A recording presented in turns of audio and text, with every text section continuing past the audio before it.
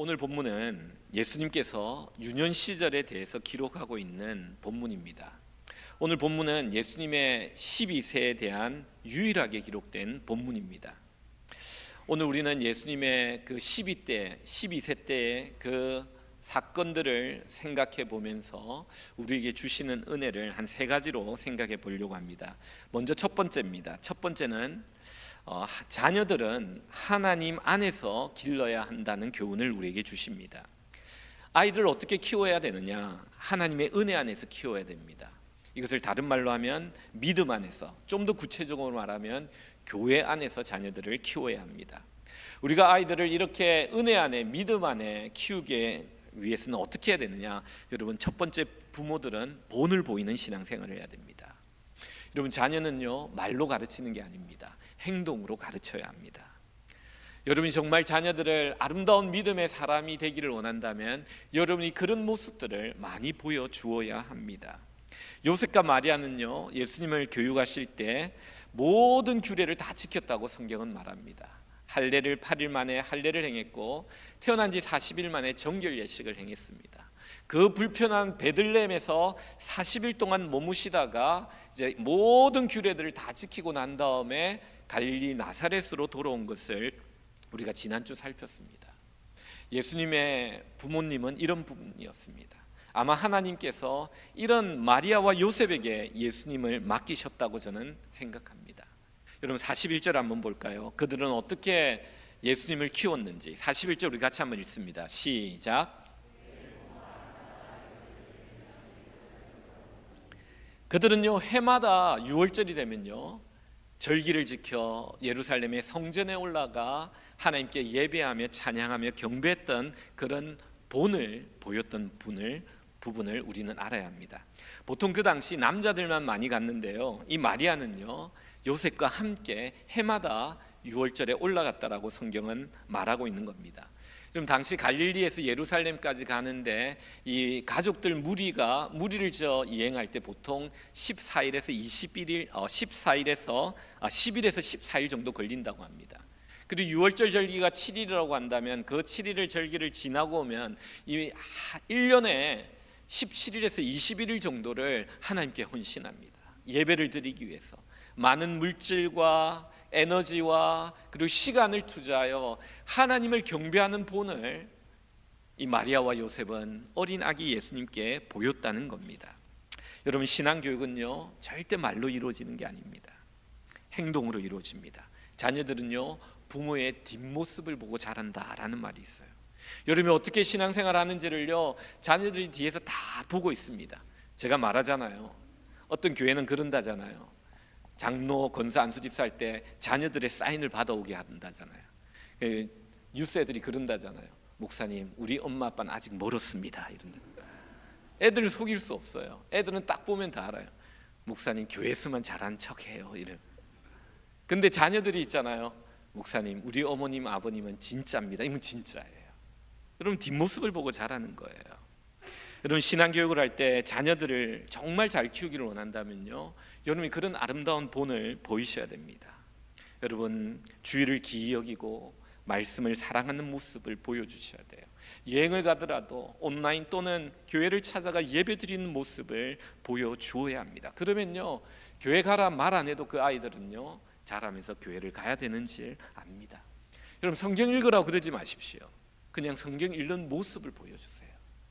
여러분, 예수님 말씀대로 살라고 말하지 마십시오. 항상 어떤 일을 앞에 두고 예수님이라면 어떻게 하셨을까라고 질문하며 자녀들과 대화하며 예수님의 뜻을 쫓아 행동하는 모습을 보여주세요. 그럼 자녀들은 그렇게 하는 겁니다.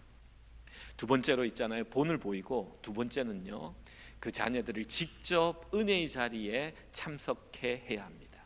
은혜의 자녀를 노출시켜야 합니다. 여러분, 42절 봅니다. 42절 한번 띄워주십시오. 같이 한번 읽습니다. 시작. 예수께서 마리아와 요셉은 본을 보였을 뿐만 아니라 그는 이 예수님이 12살이 되었을 때 그를 데리고 함께 절기를 지키기 위해 6월절 맞이하여 예루살렘으로 올라갔다는 겁니다. 여러분, 본을 보여주는 것 다음으로 여러분이 신경 써야 될 것은요, 그들에게 은혜의 자리에 함께 가고 은혜의 자리에 그들을 노출시키고 가능하면 은혜의 자리에 그들을 참석시키도록 노력해야 된다는 겁니다. 이게 뭐냐면요, 영적인 추억을 갖게 하는 거예요. 아이들이 부모님과 함께 가졌던 이 영적인 추억을 기억합니다. 저는 어렸을 때요, 수요 예배 따라갔던 기억이 나요. 이 조명이 너무 밝아가지고 갈 때 색깔이 달라지더라고요. 본당 들어갈 때 색깔이 달라져요. 그래서 저는 영광의 강체가 이런 건가 이런 생각을 할 정도로 조명이 너무 좋았어요. 그래서 가서 예배 드릴 때 저는 그 어릴 때 목사님 말씀이 뭐가 기억나겠습니까? 목사님 앞에서 이야기하고 있으면 저는 어머니 옆에 가가지고 누워 잤습니다. 옆에 이 장의자에 누워 잤는데요, 그때 기억이 있는 거예요. 여러분, 자녀들 있잖아요, 이해 못하더라도 영적 추억을 간직하게 해야 됩니다. 부모가 함께 특별 새벽 기도할 때요, 방학이면요 연초에 데리고 오세요. 알아듣는 것도 있고 못 알아듣는 것도 있지만 그 영적 은혜에 열심을 내고 예배의 자리에 오는 것을 보고 아이들은 영적인 추억을 가지게 되는 거예요. 우리 엄마 아빠는 1년에 그 연초에 하나님께 특별 새벽 기도를 드렸지. 여러분, 이게 얼마나 강한 메시지가 되는지 모릅니다. 은혜의 자리에 노출시키십시오. 수련회, 집회 이런 거 있으면요, 가능한 보내세요. 이건 엄청난 투자입니다. 이 아이들이 수련회 가서 은혜 받고 그 인생이 어떻게 될지 모르기 때문입니다. 이렇게 될 때 어떤 역사가 일어난 줄 아십니까? 아이들이 하나님의 집에 오래 머무는 아이가 됩니다. 하나님의 집에서 자라는 아이가 됩니다. 교회에서 기뻐하고 교회 지내는 것을 좋아하고 교회에서 하나님 말씀 듣는 것을 좋아하는 아이가 되는 거예요. 여러분, 49절 한번 볼까요? 49절에 이런 말씀이 있습니다. 예수께서 이르시되 어찌하여 나를 찾으셨나이까? 내가 내 아버지 집에 있어야 될 줄을 알지 못하셨나이까? 찾아보니까 성전에 있는 거예요. 그런데 예수님이 말한 거예요. 나는 이 집이 너무 좋다는 거예요. 그래서 이 집에 있었다는 거예요. 말씀을 듣고 질문하고 그랬다는 거예요. 근데 43절에 보면요, 예수님을 잃어버린 게 아니라 예수님이 의도적으로 교회에 오래 머문 것을 발견하게 됩니다. 43절 보면요, 그 날들을 마치고 돌아갈 때 아이 예수는 예루살렘에 머무셨더라. 여러분, 예수님은요, 이 교회가, 이 성전이 7일만 있기에 너무 아까운 거예요. 그래서 더 머물고 싶어가지고 그 성전에 더 머물렀던 거예요. 예수님이 시장거리, 몰이나 영화관이나 이런 데 더 있었던 게 아니라 하나님의 은혜를 어릴 때부터 본을 받고 그 은혜에 노출되면서 이 하나님의 전에 더 머물고 싶어하는 그런 아이로 자라났다는 겁니다. 여러분, 요즘 우리 교회 아이들이 교회 오래 머무는 거 아십니까? 우리 EM 영어 널트 보니까요, 배구를 하는데 주일날 저녁 늦게까지 하더라고요. 수요일날도 늦게, 우리 수요일에 마치고 나서도 계속 하고 있고요. 그리고 보니까 너무 보기 좋아요. 토요일날도 농구하고요. 여러분, 이렇게 교회를 좋아해야 됩니다. 유스 애들 한 달에 2번씩 집 나이트 하는데요, 이제 더 자주 하기를 저는 원합니다. 여러분, 이게 왜 중요하냐면요, 교회 하나님의 집에 오래 머무는 자들에게 하나님 주시는 축복이 있어요. 그게 뭐냐? 40절입니다. 40절 우리 같이 한번 읽어보겠습니다. 시작.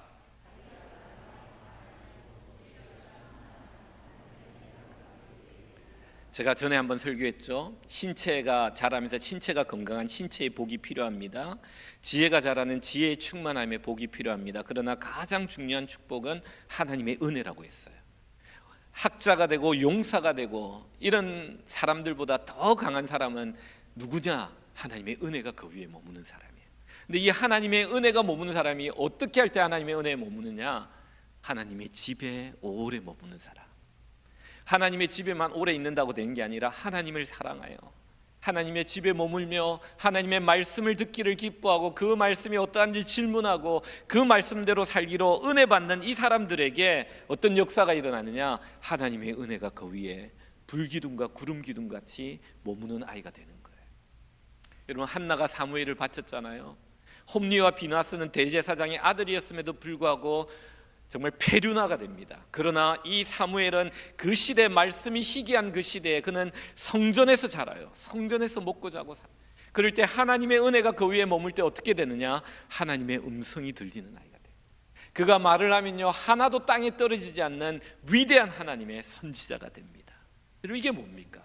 하나님의 성전에 머물 때, 하나님의 성전에 머물며 그 말씀을 받으며 그 말씀을 사모하며 그 말씀을 들을 때 어떻게 되느냐? 하나님의 은혜가 머무는 이 세상이 감당치 못하는 아이가 되는 겁니다. 여러분, 이렇게 교회 안에서 우리 아이를 키워야 됩니다. 근데 이때 중요한 게 하나 더 있습니다. 여러분, 이제 말을 해야 돼요. 이제 말을 잘해. 부모가 이렇게 본을 보이고, 말을 아끼고 본을 보이고, 아이들을 은혜 자리에 참석시키고, 그 다음에 이 아이가 교회를 즐거워하며 교회 안에서 말씀을 사모하며 기뻐하며 자란 아이가 될 때, 그 다음에 인생의 위기가 올 때 필요한 게 뭐냐면은 부모의 아름다운 언어예요. 용기를 주는 지혜로운 언어입니다. 자녀들은요, 부모에 의해 만들어지고 빚어지는 존재입니다. 여러분이 어떻게 하느냐에 따라 자녀들이 달라져요. 여러분 48절 한번 봅니다. 48절에 그의 부모가 보고 놀라며 그의 어머니는 이르되, 이제 마리아가 하는 이야기입니다. 아이야, 어찌하여 우리에게 이렇게 하였느냐? 보라, 내 아버지와 내가 근심하여 너를 찾았노라. 여러분, 이 말을 자세히 읽어보면 굉장히 부드럽게 그 이유를 질문하는 말입니다. 여러분, 자녀들에게 말 잘해야 됩니다. 그 말 한마디가 아이들에게 비수가 꽂혀 평생 상처가 되는 말이 있고요, 여러분이 말을 잘하면요, 그 말이 아이를 힘을 주고 용기를 주고 그 아이들을 변화시키는 놀라운 능력의 말이 되는 겁니다.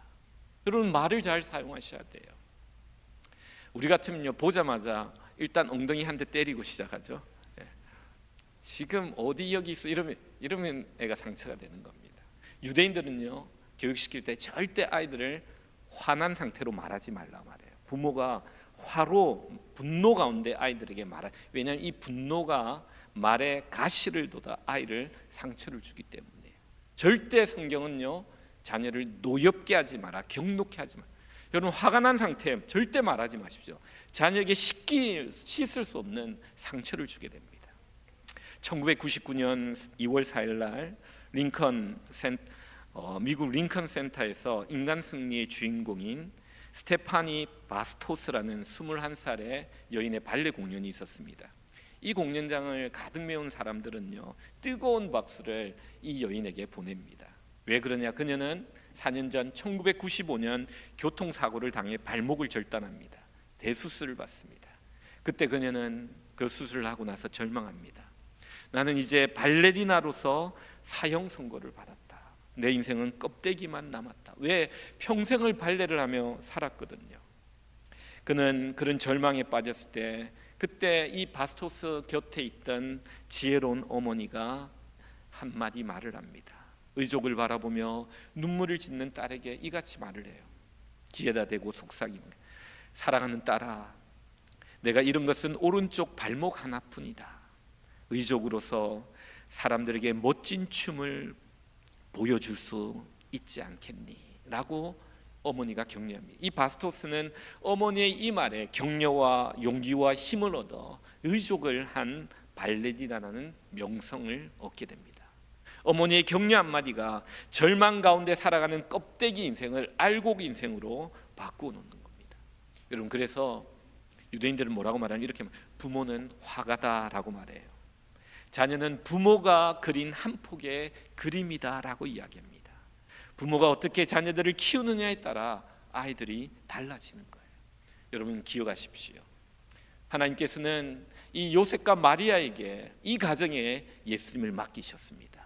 우리는 왜 맡기셨는지를 봐야 됩니다.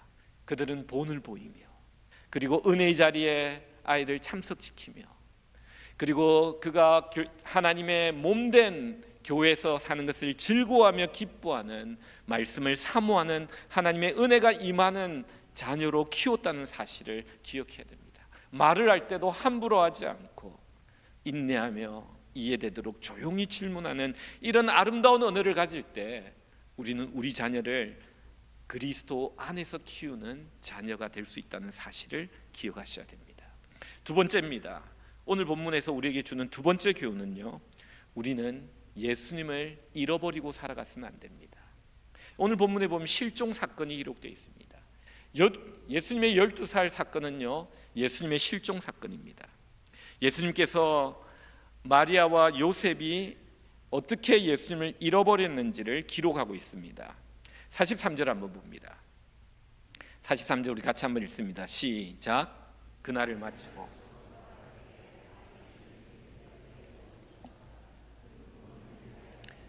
44절도 한번 읽겠습니다. 44절 띄워 시작. 동행 중에 있는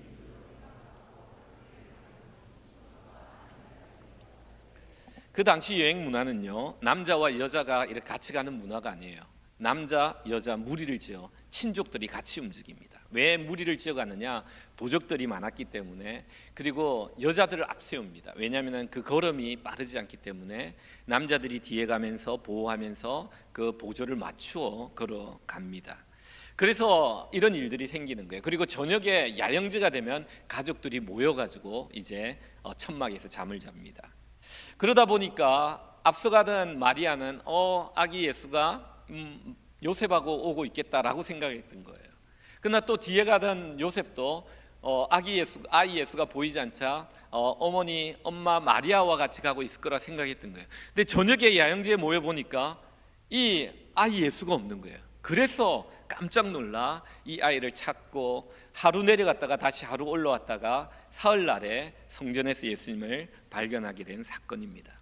여러분, 아이를 잃어보셨습니까? 몇 분, 몇 시간 아이를 잃어본 분은요, 얼마나 그 경험이 끔찍한지를 압니다. 심장이 뚝 떨어지고 등골이 오싹해지며 하늘이 깜깜해지며 땅이 흔들리는 그런 경험일 겁니다. 여러분, 얼마나 큰 슬픔입니까? 아이를 잃어버린다는 것. 얼마나 큰 두려움입니까? 그런데요, 우리가 인생을 살아가면서 이 아이를 잃어버리는 슬픔과 두려움보다 더 큰 슬픔과 두려움이 있습니다. 그것은 바로 예수님을 잃어버리는 거예요. 예수님을 잃어버리고 살아가는 겁니다. 그런데 오늘 이 본문에 보면요, 마리아와 요셉은 착각을 합니다. 뭐라고 착각하느냐? 44절에 보니까 동행 중에 있는 줄로 착각했다. 동행 중에 있는 줄로 생각하고 하룻길을 갔다. 실제로는 함께 하지 않았습니다. 근데 함께 가고 있다고 착각하고 하룻길을 가는 이 모습이 마치 이 시대에 우리의 모습은 아닌지 우리는 물어보아야 합니다. 여러분, 삼손 기억합니까? 그는 힘이 얼마나 센지 데릴라를 통해서 그 대적들이 올 때마다 수수께끼를 내고 대적들이 올 때마다 힘을 발휘해서 그 대적들을 몰아냈습니다. 그러나 자신의 힘의 비밀을 말합니다. 그의 머리가 밀립니다. 대적들이 왔단 말에 이 삼손이 벌떡 일어났는데 하나님의 영이 떠났어요. 그러다 보니까 힘이 없는 거예요. 그는 하나님의 영이 떠난 줄도 모르고 일어나 힘을 내려고 했지만 힘을 낼 수가 없었어요. 그리고 그는 눈이 뽑히고, 그리고 그는 맷돌, 소가 돌리는 큰 맷돌을 돌리는 신세로 전락합니다. 오늘날 많은 그리스도인들이 이런 모습일 수 있다는 것을 여러분 아셔야 돼요. 하나님이 나와 함께 할 거다 하고 있다라고 착각하고 동행하고 있다고 생각하는데 내 모습은 이미 머리가 밀리고 눈이 뽑히고 사탄의 종이 되어 이 소가 돌리는 맷돌을 돌리고 있는 모습은 아닙니까? 여러분, 에스겔을 보면요, 에스겔이 환상을 봅니다. 왜 우리가 포로가 되었는지를 하나님이 환상을 보여주는데요, 이 그발강가에 있는 이 에스겔을 데리고 저 성전으로 그 환상 가운데 데리고 갑니다. 보니까 성전으로 하나님께서 그를 인도하는데 성전에 가니까 우상이 있는 거예요. 하나님께서 그 우상을 보시고 하나님이 그 성전을 떠나 그 영이 떠나는 모습을 이 에스겔에게 보여줍니다. 무엇을 이야기합니까? 그들이 포로로 잡혀온 이유는 성전에 우상이 있을 때 하나님의 영이 그들과 함께하지 못함을, 그래서 하나님이 떠난 것을 보여줍니다. 사랑하는 성도 여러분, 우리의 삶은 이런 모습은 아닙니까? 우리의 마음에 성전에 하나님이 있어야 되는데 다른 우상이 있음으로 말미암아 자기는 동행한다고 착각하고 있지만 하나님이 그를 떠나 있는 그런 상태는 아닐까요? 우리는 우리 자신들을 돌아보아야 합니다. 나의 삶은 어떻습니까? 주님과 동행하고 있습니까? 아니면 주님을 잃어버리며 살아가고 있습니까? 주님을 잃어버리는데 착각하고 있지는 않습니까? 그런데 오늘 본문에 보면요, 더 큰 충격적인 사건을 하나 발견하게 됩니다. 이것은 더 큰 실종 사건입니다. 49절과 50절 봅니다. 더 큰 실종 사건 한번 봅니다. 49절 50절 있습니다. 시작.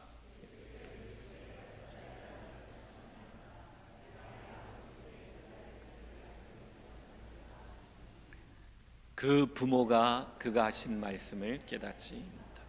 여러분 여기 보면요 더 심각한 실종 사건이 있어요.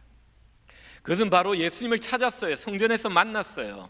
그리고 이때까지 12년 동안 함께 살아왔습니다. 그런데 문제는 뭐냐면은 이 부모가 자신이 키우고 있는 이 아이 예수가 누구인지를 잊어버립니다. 앞에는 잃어버렸고요, 지금은 잊어버립니다. 예수님은 내가 하나님의 집에, 아버지의 집에 있어야 될 줄을 알지 못했냐라고 말합니다.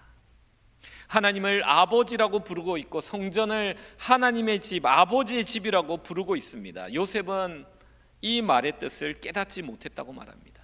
12년 동안 아이를 키우면서 예수님이 누구인지를 잊어버린 겁니다. 처음에 천사가 계시했고요, 엘리사벳이 확인시켜줬고, 목자들이 간증을 했고, 시몬과 안나가 예언을 했습니다. 그때 그는 이 예수님이 누구인지를 분명히 알고 창가를 지었던 마리아였습니다. 그런데 12년의 일상적인 시각이 흐르며 그는 자신 옆에 있는 아이 예수가 누구인지를 잊어버리고 맙니다. 이게 오늘날 우리가 발견하게 되는 더 큰 심각한 실종 사건입니다. 언제부터인지 마리아가 요셉이 예수님이 누구인지를 잊어버렸는지를 정확히 알 수는 없습니다. 그러나 12년간의 일상적인 시간 가운데 그는 어느 순간 예수님이 누구인지를 잊어버렸던 거예요. 그러니까 이 말씀을 듣고도 깨닫지 못하는 겁니다. 사랑하는 성도 여러분, 우리 가운데 이런 모습은 없습니까? 예수님을 오래 믿었습니다. 동행했습니다.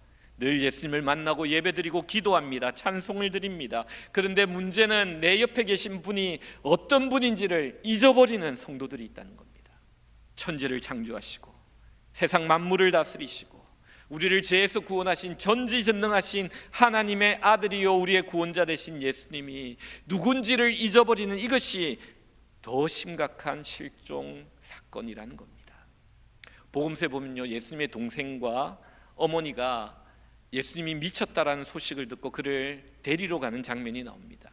예수님이 기적을 행하자, 귀신 들린 자를 쫓아내자 바리새인들이 바알세불 집혔다, 귀신 집혔다, 귀신의 왕이 들렸다라고 이야기하자 이들은 예수님이 귀신에 잡힌 줄 알고 귀신 들린 줄 알고 예수님을 만나 예수님을 데리러 가는 장면이 나옵니다. 예수님의 동생들 보면요, 야고보와 유다라는 동생이 있습니다. 이 야고보와 유다는요, 예수님을 형을 믿지 않습니다. 형을 불편하게 생각하고 서운하게 생각합니다. 30살까지 잘 목수일을 하다 갑자기 강야로 와서 선지자 노릇하고 그리고 부모를 떠나 그 책임을 동생들이 다 하다 보니까 이 형에 대한 불만이 좀 있었습니다. 귀신 들렸다는 소식을 듣고 잡으러 갑니다. 데리러 갑니다. 이런 형제들의 모습입니다. 그러나 그들이 부활하신 예수님을 만나고 그는 고백합니다. 형을 주님이라고 고백합니다. 동생인 자신은 종이라고 고백합니다.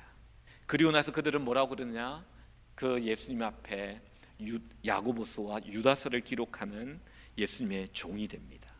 그들은 30년을 같이 살았지만 동행했지만 옆에 계신 예수님이 누구인지를 몰랐던 거예요. 부활 사건을 통해서 알게 된 거죠. 여러분, 우리의 모습이 이런 모습입니다. 여러분, 구약에 보면 광야에서 하나님께서 만나를 매일 먹이셨어요. 그들이 배고프다 할 때 메추라기 고기를 줘가지고 질리도록 먹이게 하신 분이 하나님입니다. 그런데 그들은 광야에서 물이 없을 때마다, 작은 불편이 생길 때마다 하나님을 향해 원망하고 불평합니다. 오늘 이 아침에도 만나를 먹는 기적을 경험했음에도 불구하고 그는 오늘 작은 불편에 하나님을 원망하고 불평하는 사람이 바로 누구냐? 이스라엘 백성이었고 우리의 모습이고 내 옆에 계신 하나님 예수님이 누구인지를 잊어버리는 실종 사건입니다.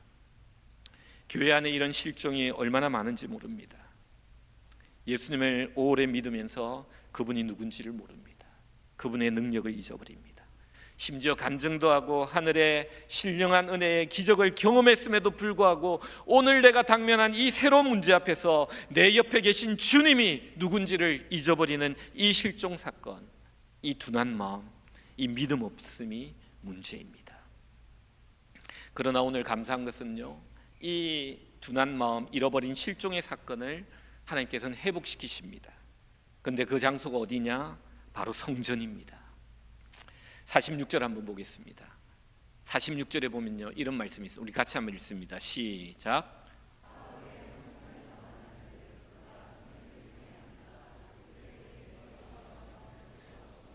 어디서 만났느냐? 성전에서 만났다는 거예요. 여러분, 잃어버린 예수님을 우리는 이 마리아와 요셉이 성전에서 만났듯이 우리는 잃어버리고 잊어버린 예수님을 어디서 만날 수 있느냐? 성전에서, 하나님의 집에서, 교회에서 만날 수 있다는 것을 아셔야 됩니다. 이 성전은, 이 교회는 우리 자녀들을 양육하는 하나님의 집이 되어야 될 뿐만 아니라 우리가 이 세상을 살아가면서 잃어버리고 잊어버리는 예수님을 다시 만나는 장소가 되어야 된다는 것입니다. 미국 보스턴의 지하병동에 한 소녀가 격리 수용됩니다. 소녀는 마음의 어둠 때문에 심한 정신병을 앓아서 사람들이 다가오면 괴성을 지르고 사납게 독수를 퍼붓습니다. 그 소녀는 부모가 죽고 동생이 죽고, 동생을 간호하다 동생마저 죽자 그는 정신병에 걸립니다. 자신의 눈도 잘 보이지 않게 됩니다. 의사들은 온갖 노력을 기울였지만 그 아이를 향해 회복 불가능이라는 진단을 내립니다. 사실 그 아이는 기독교 배경 속에서 있었지만 이 자신이 당한 이 고통에 그만 정신적인 충격을 받고 정신적인 질병에 사로잡혀 회복 불가능이라는 의사의 진단을 받습니다. 그러나 이 소녀 옆에 한 은퇴한 늙은 간호사가 있었어요. 그 간호사는 그 소녀를 포기하지 않습니다. 그 간호사 이름은 샤론 로라라는 간호사인데 6개월 동안 이 아이를 간호합니다. 그 아이의 귀에다 이렇게 말합니다. 하나님은 너를 사랑하신단다. 주의 사랑을 끊임없이 전하며 6개월을 그 아이를 섬깁니다. 6개월 뒤에 이 아이는 서서히 변합니다. 마음속에 있던 그 검은 구름이 걷히기 시작합니다. 그리고 밝은 세상으로 나가 회복 불가능이라고 내렸던 이 정신질환에서 완전히 치료받는 아이가 됩니다. 이 마음의 빛을 다시 회복한 소녀는 자신과 함께 고통받는 사람을 위해 헌신하기로 결심합니다. 이 소녀가 누구냐? 우리가 너무나도 잘 아는 바로 헬렌 켈러를 세상의 빛으로 이끈 앤 설리반 메이시라는 여사입니다. 그는 다시 예수님 안으로, 다시 성전 안으로, 다시 교회 안으로 들어가면서 예수님을 만난 겁니다. 우리는 삶 속에서 예수님을 잃어버릴 때마다, 잊어버릴 때마다 다시 성전 안으로 들어가야 합니다. 그 성전은 예수님 안입니다. 그 성전은 예수님을 믿는 사람들의 모임 안입니다. 그 성전은 바로 교회 안입니다. 우리는 그곳에서 우리 주님을 다시 만나야 하는 것입니다. 잃어버린 자, 잊어버린 자가 있다면 매 주일마다, 아니 주중에 있는 여러 아름다운 모임을 통해 우리는 그 주님을 만나는 은혜가 있기를 주님의 이름으로 축복합니다. 마지막 세 번째입니다. 짧게 살피면요, 오늘 이 본문에서 강하게 우리에게 전하고자 하는 메시지가 하나 더 있습니다. 그것은 뭐냐면요, 내가 누구인지를 알아야 돼요. 예수님은 내가 누구인지를 분명히 알았습니다. 내가 누구인지를 여러분 어떻게 알아야 되냐면요, 내가 누구인지를 알기 위해서는 하나님을 알아야 돼요. 하나님은 나의 아버지임을 알아야 되고 나는 하나님 아버지의 자녀임을 알아야 돼요. 이게 오늘 본문에서 우리에게 세 번째 주는 강력한 메시지입니다. 우리가 인생을 살면서 알아야 될 게 있는데 하나님이 누구인지, 하나님이 나의 아버지인지를 알아야 되고요, 내가 하나님 아버지의 자녀 아들임을 알아야 됩니다.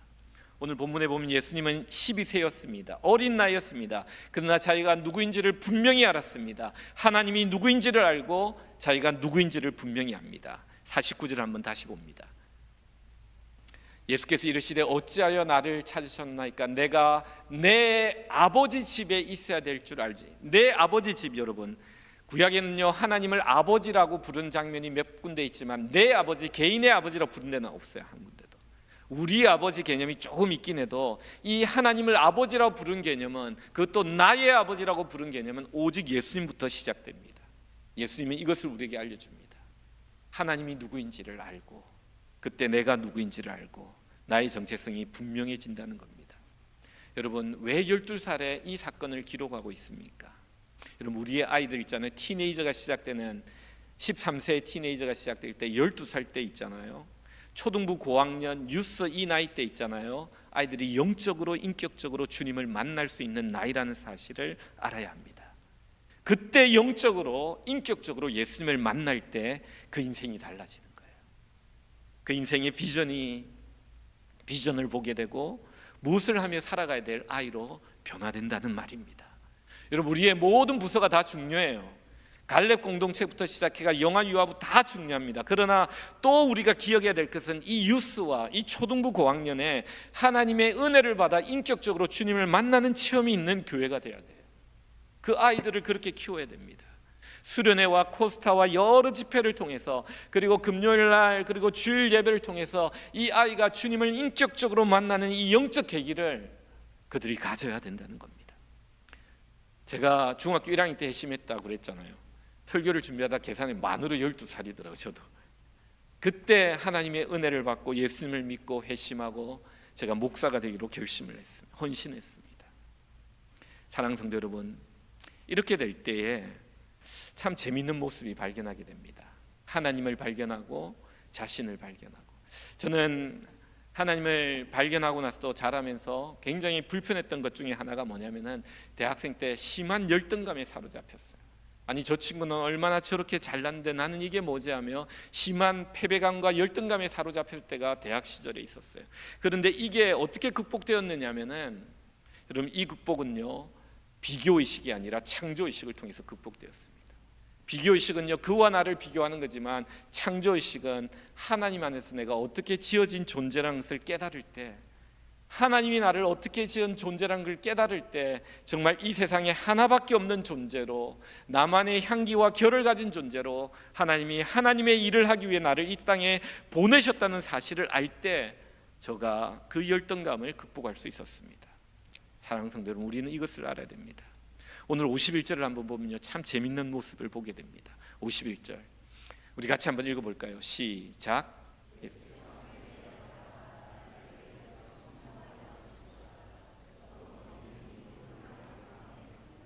하나님을 발견하고 자신을 발견하고 은혜를 받았다고 하나님께만 집중하는 게 아니에요. 내 아버지, 영의 아버지 하나님을 발견하고 하나님께만 집중하는 게 아니라 그 관계가 온전해지는 것을 봅니다. 육신의 아버지, 육신의 어머니, 그 아버지와 어머니에게 순종하며 받드는 정말 아름다운 인격의 관계가 만들어지는 모습을 봅니다. 여러분, 이것을 52절에 이렇게 표현합니다. 52절 하나님과 사람에게 더욱 사랑스러워 가시더라. 여러분, 은혜 위에 사회성이 더해지는 거예요. 하나님의 은혜가 그 위에 머물 뿐만 아니라 하나님을 만나고 내가 누구인지를 알고 나서부터는 친구 관계가, 부자 관계와 형제 관계와 자기가 맺는 모든 인간관계, 이 사회성이 아름다워지며 모든 사람들이 그 사람과 가까이 하고 싶어하는 그런 사랑스러운 존재가 된다는 겁니다. 아버지 집에만 머무는 사람이 아니라, 아버지만을 섬기는, 영의 아버지만, 하나님 아버지만을 섬기는 자가 아니라 정말 사람들에게 사랑받는 이런 모습으로 예수님이 자라셨다는 사실을 알아야 합니다. 우리 안에 내가 누구인지를 알아야 돼요. 내 안에 주신 나의 향기가 뭔지를 알아야 돼요. 나에게 주신 나의 결이 뭔지를 알아야 됩니다. 옛날에 멋진 사양 노루가 있었습니다. 그는 하루는 길을 가는데 어디선가 너무 향긋한 냄새가 자기 코에 들어오는 겁니다. 그 냄새에 이끌려 이리저리 그 향기의 진원지를 찾아놨습니다. 산을 넘고 들을 넘고 물을 건너 끊임없이 향기가 나는 쪽을 찾아다닙니다. 그러나 그 코끝의 향기의 진원지를 발견할 수 없어요. 하루는 높은 산 꼭대기에 올라갔습니다. 아주 가까운 곳에 향기가 풍겨오고 있는데 정확히 어디서 나는 냄새인지를 모르는 겁니다. 여러분, 어디서 나는 겁니까? 바로 자기 뿔 위에서 나는 냄새죠. 여러분, 하나님은 우리를 하나님의 형상으로 만드셨어요. 여러분, 다이아몬드가 귀한 것은 레어하기 때문에, 드물기 때문에. 여러분과 똑같은 사람은 이 세상에 아무도 없어요. 제가 하나님 안에서 이 열등감을 극복하고 나니까 어떤 눈이 열리냐면요, 한 사람 한 사람이 너무 하나님 앞에서 귀한 걸작품이란 것을 알게 돼요. 여러분, 갤러리에 갈 필요가 없어요. 여러분, 옆에 있는 분 보시면 하나님의 걸작품들이에요. 교회 올 때마다 이 사람들의 얼굴을 보면 하나님의 걸작품이에요. 여러분, 우리는 이런 존재입니다. 각자에게 하나님의 향기가 있는 거예요. 12세에 예수님은 하나님을 나의 아버지, 나는 하나님의 아들임을 아셨어요. 우리가 이 정체성을 회복해야 돼요. 그래서 탈무드는 이렇게 말합니다. 자녀를 키울 때 자녀들의 머리를 비교하지 마라. 그러면 모두를 죽이게 된다. 자녀를 키울 때 자녀들의 개성을 비교하라. 그러면 모든 자녀들은 살아날 것이다. 여러분, 유대인 부모는 그래서 있잖아요. 아이들에게 이렇게 말합니다. 너는 다른 사람을 이기려고 하지 말라.